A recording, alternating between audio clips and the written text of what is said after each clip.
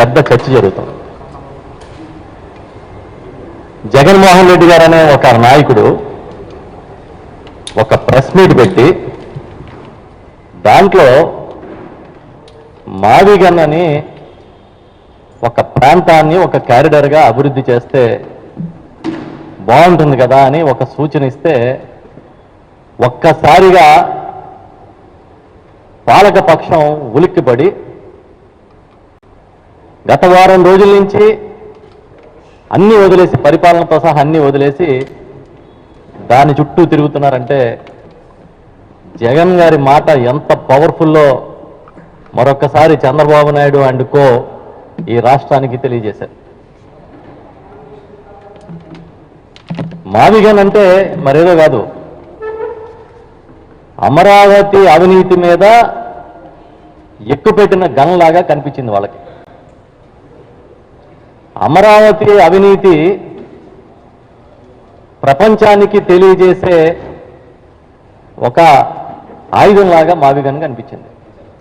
దాంతో ఉలిక్కిపడి వెకిలి మాటలు, వెక్కిరింతలు, విచిత్రమైన చేష్టలు, ఎవరు ఏం మాట్లాడుతున్నారో ఎవరు ఏం రాస్తున్నారో తెలియని అయోమయంలోకి చంద్రబాబు నాయుడు, ఆయన ప్రభుత్వం, ఆయన మద్దతు మీడియా, ఆయన భజన బృందాలు అందరూ కూడా వారం రోజుల నుంచి ఇదే పని మీద ఉన్నాయి. అసలు జగన్మోహన్ రెడ్డి గారు చేసిన ప్రతిపాదనలో తప్పే ఉందనేది మాకు అర్థం కావట్లే. ఆయన ఏం చెప్పారు, ప్లాన్ బిగా మచిలీపట్నం, విజయవాడ, గుంటూరు మధ్య ప్రాంతాన్ని ఒక క్యారిడర్గా, గ్రోత్ క్యారిడర్గా అభివృద్ధి చేసుకుంటే ఒక 20,000 కోట్ల రూపాయలు ఖర్చు పెడితే కనెక్టివిటీ వచ్చినట్లయితే అది ఒక పెద్ద గ్రోత్ సెంటర్గా మారుతుంది కదా. 2 లక్షల కోట్ల రూపాయలు ఇవాళ ఉన్న అంచనాల ప్రకారం అమరావతికి అవసరమైతే కొద్ది రోజుల్లో అది 2 లక్షలు పెరిగే కొద్దీ ఇంకా లక్షలాది కోట్ల ఖర్చుకి పెరిగిపోతుంది. అసలు ఇది సాధ్యమా? కాబట్టి ఈ ప్లాన్ బిని ఆలోచిస్తే తప్పేంటి అని జగన్మోహన్ రెడ్డి గారు చేసిన ఒక సూచనతో ఎందుకు చంద్రబాబు వెన్నులో వణుకు పుట్టింది అని మేము అడుగుతున్నాం. ఎందుకంత భయపడుతున్నారు? మీరే చెప్తున్నారు కదా, అమరావతిని చట్టం రూపొందించి ఆ చట్టంలో ఎవరు ముట్టుకోకుండా మేము బంధించి పెట్టాము అని చెప్తున్నారు. మరి అంత గొప్ప చట్టాలు తయారు చేసి అమరావతిని ప్రొటెక్షన్ ఇచ్చిన మీకు జగన్ గారు చెప్పిన మావిగన్ను ఎందుకు వణుకు పుట్టించింది? ఈ ప్రశ్నకి సమాధానం మీరైనా చెప్పగలుగుతారా? చాలా చిత్రం ఏంటంటే జగన్మోహన్ రెడ్డి గారు ఈ కొత్త ప్రతిపాదనని సూచనప్రాయంగా మాట్లాడిన వెంటనే ఒక ఆయన బయటకు వచ్చి, ఒక కేంద్ర మంత్రి ఏం చెప్తారంటే అమరావతి అనేది ఏదో ఒక 5 సంవత్సరాల్లో 10 సంవత్సరాల్లో పూర్తవదు, 50 ఏళ్ళు పడుతుంది కనీసం అని ఒక ఆయన చెప్పాడు. మరొక ఆయన ఏం చెప్పాడంటే ఇది కనీసం 2 తరాలు పడుతుంది ఇది డెవలప్ అవ్వాలంటే అని చెప్పాడు. ఇంకొక ఆయన బయటకు వచ్చి ఏం చెప్తున్నారంటే అసలు అమరావతి అనేది ఇవాళకి ఇవాళ వస్తుందని మేము కూడా అనుకోవట్లేదు, కాకపోతే రేపు జగన్ గారు వస్తే దీన్ని మార్చే అవకాశం ఉంటుంది కాబట్టి దీన్ని ప్రొటెక్ట్ చేస్తాం మేమని చెప్పి వాళ్ళే చెప్తున్నారు. ఆ పార్టీ అధికారంలో ఉన్న పెద్దలే చెప్తున్నారు. అంటే జగన్ వస్తాడనే ఒకే ఒక భయం మిమ్మల్ని ఉరుకులు పరుగులు పెట్టిస్తుంది. జగన్ గారు చెప్పిన మావిగన్ అనేది ఇవాళ ఎంతవరకు తీసుకొచ్చారంటే చంద్రబాబు నాయుడు గారు ఒక మీటింగ్ పెట్టి కాంట్రాక్టర్లను మీరు వర్కులు స్పీడ్గా చేయకపోతే మిమ్మల్ని బ్లాక్ లిస్ట్ చేస్తానని, చర్యలు తీసుకుంటానని చెప్పినట్టుగా పత్రికలో చూసాం. చంద్రబాబు నాయుడు గారు ఇంకా ఒక అడుగు ముందుకేసి ఇసుక కావాలంటే ఎంతైనా ఉచితంగా ఇచ్చేయండి, ఎంత గ్రావెలైనా ఉచితంగా ఇచ్చేయండి, ఏమైనా వాళ్ళకి ఇచ్చేయండి, కానీ వర్కులు స్పీడ్ కావాలి, లేబర్ లేకపోతే లేబర్ని వేరే చోట నుంచి తీసుకురండి, ఇంకా టెక్నాలజీని వాడండి, ప్రభుత్వాన్ని వాడుకోండి విచ్చలవిడిగా మీరు అని కాంట్రాక్టర్లకు చెప్తున్నట్టుగా వార్తలు వచ్చినాయి. కానీ స్పీడ్ పెరగాలి అని చెప్పినట్టుగా వార్తలు చూసాం. ఎందుకు ఇంత స్పీడు? 3 ఏళ్ల తర్వాత జగన్ గారు వస్తారు కాబట్టి మళ్ళీ ముఖ్యమంత్రిగా, ఆపేస్తే మీ కళల రాజధాని కూలిపోద్ది కాబట్టి మీ కళ అని భయపడుతూ వేగంగా వర్కులు చేయాలనుకుంటున్నారు. దీంతోపాటు చంద్రబాబు నాయుడు గారు ఇవాళ ఎక్కడో మాట్లాడుతూ ఆయన చెప్తాడు, మేము అభివృద్ధి క్యారిడార్లని తీసుకొస్తాము రాష్ట్రంలో, ఇటు శ్రీకాకుళం నుంచి వెస్ట్ గోదావరి వరకు ఒకటి, ఆ తర్వాత కృష్ణా గుంటూరు అవన్నీ ఒక క్యారిడారు, మళ్ళీ ప్రకాశం నెల్లూరు అదంతా ఒక క్యారిడార్గా వస్తుంది, రాయలసీమ అంతా ఒక క్యారిడార్గా వస్తుందని చెప్తా ఉన్నాడు ఆయన. అంటే జగన్మోహన్ రెడ్డి గారు మాట్లాడిన ఒక గ్రోత్ క్యారిడార్ అనే ఒక పదం వాడితే మీకు గుబులు పుట్టి ఇప్పుడు రాష్ట్రం మొత్తాన్ని అన్ని ప్రాంతాలని గ్రోత్ క్యారిడార్గా డెవలప్ చేస్తామని చెప్పే పరిస్థితికి మీరు వచ్చారు. జగన్ పవర్ ఏంటనేది ఈ ఒక్క ప్రెస్ మీట్తోనే ఈ రాష్ట్రం మళ్ళీ మరొకసారి తెలుసుకుంది. చాలా మంది రకరకాలుగా ట్రోల్ చేస్తున్నారు. ఒక ఆయన మాట్లాడింది చూశాను, జంగారెడ్డిగూడ నుంచి గుంటూరు దాకా పెట్టండి జగన్ అని వస్తుంది కదా పేరుని తెలుగుదేశం ఎమ్మెల్యే ఒక ఆయన మాట్లాడుతున్నాడు. జగన్మోహన్ రెడ్డి ఎప్పుడు అదే చెప్తున్నారు, అటు జంగారెడ్డిగూడెం దగ్గర నుంచి గుంటూరు దాకానే కాదు, రాష్ట్రంలో అన్ని ప్రాంతాలు అభివృద్ధి జరగాలి, అందుకు వికేంద్రీకరణ మాత్రమే ఒక టూల్ అని ఆయన మొదటి నుంచి చెప్తూ వచ్చారు. అందుకే శాసన రాజధానిగా అమరావతిని పెట్టి, ఆర్థిక రాజధానిగా విశాఖపట్నాన్ని, అదేవిధంగా జ్యుడిషియల్ క్యాపిటల్గా న్యాయ రాజధానిగా కర్నూలుని ఆ రోజు ఆయన ప్రతిపాదించారు. ఇవన్నిటినీ కాదని ఇవాళ మీరు తీసుకొచ్చి మళ్ళీ అమరావతిని డెవలప్ చేస్తామంటున్నారు. ఇప్పటి వరకు మీరు ఖర్చు పెట్టింది ఎంత? 8,000 కోట్లు. 7 ఏళ్ల పాటు ముఖ్యమంత్రిగా ఉండి మీరు ఖర్చు పెట్టింది 8,000 కోట్లు అయితే 2 లక్షల కోట్లు ఇవాళ అంచనాకి కావాల్సి వస్తే ఎన్నాళ్ళు పడుతుంది అనేదే ఇవాళ ప్రజల ముందున్న పెద్ద ప్రశ్న. ఇంత డబ్బు లేదు కాబట్టి మీరు ఆల్టర్నేటివ్గా ఒక క్యారిడార్ని డెవలప్ చేసి అంతా కనెక్టివిటీ చేస్తే మీరు అనుకున్న ప్రాంతానికి ఇంకా మంచిది కదా అని జగన్ గారు చెబితే ట్రోల్ చేస్తూ ఉన్నారు.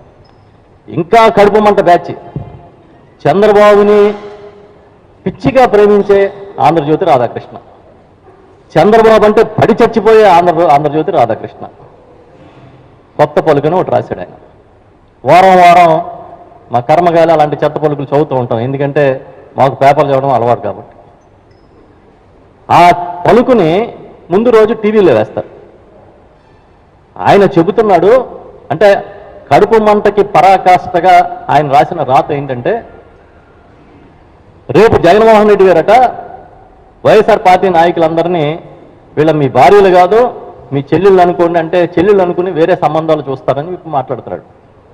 ఇంతకన్నా దిగజారుడుతనం, ఇంతకన్నా నీచంగా రాయగలగడం నాకు తెలిసి జర్నలిస్ట్ అని పేరు పెట్టుకున్న ఎవ్వరూ చేయలేడు.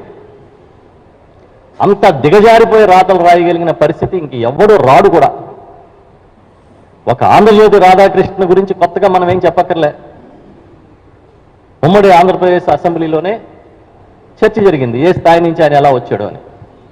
ఆయన వచ్చి నీతులు చెప్తాడు, ఆయన రాస్తాడు చాలా భయంకరంగా, వైఎస్ఆర్ పార్టీ కార్యకర్తలు శ్రేణులు అసలు నిలదీయలేకపోతున్నారు జగన్ని, వాళ్ళకి ఇది రుచించకపోయినా కూడా నోరు మూసుకుని ఉన్నారు అన్నట్టుగా మాట్లాడుతూ ఉన్నాడు. ఇదే కానీ నిజంగా ఏ చంద్రబాబు నాయుడు ఆలోచన అయితే అసలు ఆ ట్రంప్ ఎందుకు పనికిరాడని, ఎలన్ మస్క్ ఈయన దగ్గర పాఠాలు నేర్చుకున్నాడని, అసలు ఈయనకి ఉన్నంత తెలివితేటలు ఈ దేశంలో ప్రపంచంలో ఎవరికీ లేవని రాసి ఉండేవాడు. రాజుని మించిన రాజభక్తిని ప్రదర్శించే రాధాకృష్ణ ఈ రాష్ట్రానికి పట్టిన ఒక చీడ లాంటి వ్యవస్థ ఆంధ్రజ్యోతిని నడుపుతున్నాడు. కూర్చుని హైదరాబాద్లో కూర్చుంటాడు, తెలంగాణలో కూర్చుంటాడు, ఇక్కడ చిలక పలుకులు పలుకుతూ ఉంటాడు, ఇక్కడ మనం ఎలా బతకాలా ఆయన చెప్తాడు, ఇక్కడ మనం ఏం చేయాలా ఆయన చెప్తాడు, పరిపాలన ఎలా ఉండాలా ఆయన చెప్తాడు. మరి దరిద్రం కాకపోతే ఏంటిది? ఇంకా ఆయన రాసిన ఆర్టికల్లో ఏం చెప్తున్నాడంటే, స్పీడ్గా కట్టేస్తే జగన్ గారు అధికారంలోకి వచ్చినా కూడా దీన్ని ఆపలేరు అని రాశాడు. అంటే ఆయన వస్తాడని మీరు నమ్ముతున్నారనే కదా. ఆ పాజిటివ్ మీకు ఇష్టం లేకపోయినా ఒక శత్రువులాగా జగన్ గారిని చూసినా కూడా ఆ పాజిటివిటీ అనేది మాకు కనిపిస్తుంది కదా దాంట్లో. అంటే వస్తాడని మీరే నమ్ముతున్నారంటే అంత పెద్ద శత్రువులుగా మీరే డిక్లేర్ చేసుకుని ప్రజలు మళ్ళీ జగన్మోహన్ రెడ్డి గారిని కోరుకుంటున్నారని మీరే అర్థం చేసుకున్నారని మేము భావిస్తూ ఉన్నాం. దీంతోపాటు ఇంకా చూస్తుంటే చంద్రబాబు నాయుడు గారు చెప్పారంట, వారానికి 941 కోట్లు ఖర్చు పెట్టాలి అమరావతిలో అని చెప్పారట. అంటే ఇంచుమించుగా నెలకి 4,000 కోట్లు, సంవత్సరానికి 48,000 కోట్లు, వచ్చే 3 ఏళ్లలో 1,50,000 కోట్లు ఖర్చు పెట్టాలని ఒక ప్రణాళికని చాలా వేగంగా అమలు చేస్తున్నారంట. అసలు ఇది సాధ్యమా? పయ్యావుల కేశవ్ గారు ఆర్థిక శాఖ మంత్రి గారు ఏం చెప్తారంటే, జీతాలకి డబ్బులు లేవు, పెన్షన్లు ఇవ్వడమే కష్టమైపోతుంది అని పయ్యావుల కేశవ్ గారు చెప్పారు 2 రోజుల క్రితం. చంద్రబాబు నాయుడు గారు ముఖ్యమంత్రిగా ఇటీవల కాలంలో కొన్ని సభల్లో ఏం చెప్పాడంటే, వచ్చిన ఆదాయం జీతాలకు సరిపోతుంది, అప్పు ఇచ్చేవాడు కూడా లేడు, బాబు అని ఎంత వేడుకున్నా కూడా అప్పు పుట్టడం లేదు ఈ రాష్ట్రానికి, చాలా కష్టాల్లో ఉన్నాం, ఆర్థికంగా నష్టపోయి ఉన్నాం, పరిస్థితి ఏం బాగాలేదని చంద్రబాబు నాయుడు గారు ఆయన స్వయంగా ఆయన నోటితో ఆయన చెప్పాడు. ఇప్పుడు వచ్చే 3 ఏళ్లలో 1,50,000 కోట్లు ఖర్చు పెట్టాలంట. ఎవరి చెవిలో పువ్వులు పెడదాం అనుకుంటున్నారు మీరు అని అడుగుతున్నాం. అమరావతి పేరు చెప్పి ఏ ప్రాంతాన్ని మీరు నష్టపరచాలనుకుంటున్నారు, ఏ రంగాన్ని మీరు దెబ్బతీయాలనుకుంటున్నారు అనేది మాకు అర్థమవుతుంది. ఇంకా చిత్రమైన విషయం ఏంటంటే, రేణుకా చౌదరి గారిని ఒక మహానాయకురాలు, ఆవిడ ఆరిజిన్ తెలుగుదేశం పార్టీలో పుట్టిందామె, రాజకీయ అరంగేటం. ఆవిడ సాక్షాత్తు పార్లమెంట్లో కాంగ్రెస్ పార్లమెంట్ సభ్యురాలుగా ఉండి ఏదో చెప్పింది, పెట్టరా అమరావతి పిలవరా కమరావతి అని నేను అప్పుడే ముఖ్యమంత్రికి చెప్పాను అని. అంటే ఎంత డెలిబరేట్గా బిహేవ్ చేస్తున్నారో ఒక హోదాలో ఉన్నవాళ్ళు కూడా, ఎంత దిగజారిపోయి చట్టసభలో కూడా మాట్లాడుతున్నారో అర్థం చేసుకోండి. ఆవిడ అంత డెలిబరేట్గా అమరావతి కమరావతి అని మాట్లాడితే, ఇవాళ వరకు ఈ రాష్ట్ర ప్రభుత్వ అధినేత కానీ, ఈ రాష్ట్ర ప్రభుత్వంలో భాగస్వామ్యంగా ఉన్న నాయకులు కానీ ఇది తప్పు, అమరావతి ఒక కులానికో ఒక మతానికో ఒక ప్రాంతానికో చెందింది కాదు, అమరావతి అందరిదే అని ఒక మాట ఎందుకు చెప్పలేకపోయారు, ఎందుకు ఖండించలేకపోయారు రేణుకా చౌదరిని అని మేము అడుగుతున్నాం. మామూలుగా అయితే మీరు మీ పార్టీ తరఫున రాజ్యసభలో లెటర్ ఇవ్వాలి, వాటన్నిటినీ కూడా రికార్డింగ్ తొలగించమని. కానీ దురదృష్టం ఏంటంటే, బీజేపీతో మీ కూటమి, మీ ఆలోచనల్ని ఈ రాష్ట్రంలో కాంగ్రెస్ కూడా మద్దతిస్తుంది. చిత్రంగా ఏమంటాడంటే చంద్రబాబు నాయుడు, పార్లమెంట్లో 50 పార్టీలు ఉంటే 49 పార్టీలు అమరావతి బిల్లుకి సపోర్ట్ చేసినాయి, ఒకే ఒక్క వైసీపీ ఈ దౌర్భాగ్యం, వైసీపీ పార్టీ దౌర్భాగ్య స్థితిలో ఉండి దాన్ని మద్దతు ఇవ్వలేదు అంటుంది అని చెప్తున్నాడు చంద్రబాబు నాయుడు. మేమేమన్నామంటే, అసలు ఈ దౌర్భాగ్యం ఏంటి, ఈ అవినీతి ఏంటి, ఈ దోపిడీ మోడల్ ఏంటి, అమరావతి ఎవరి కోసం ఎవరు కడుతున్నారు, ఇది తెలిసి ప్రజల పక్షాన ఆలోచించగలిగిన నాయకత్వం ఉన్న ఏకైక పార్టీ వైసీపీ కాబట్టే వ్యతిరేకించింది. అమరావతి అనేది ఒక దోపిడీ మోడల్, అది తుప్పరగొట్టడానికి 100 కోట్లు, నీళ్లు తోడడానికి 100 కోట్లు, స్క్వేర్ ఫీట్ నిర్మాణానికి 14,000 రూపాయలు, డిజైన్లకి 400 కోట్లు, మీకు ఇష్టమైన కంపెనీలకి పప్పు బెల్లాలుగా మీరు భూములు పంచిపెట్టే కార్యక్రమం. గతంలో 2019 ముందు ఏ కంపెనీలకైతే కాంట్రాక్టులు వచ్చినాయో అదే కంపెనీలకి ఎక్సెస్ రేట్లకి అవే వర్కులు మళ్ళీ వచ్చి చేయగలిగిన పరిస్థితిని ఆంధ్రప్రదేశ్లో అమరావతి ద్వారా నడుపుతున్నారు.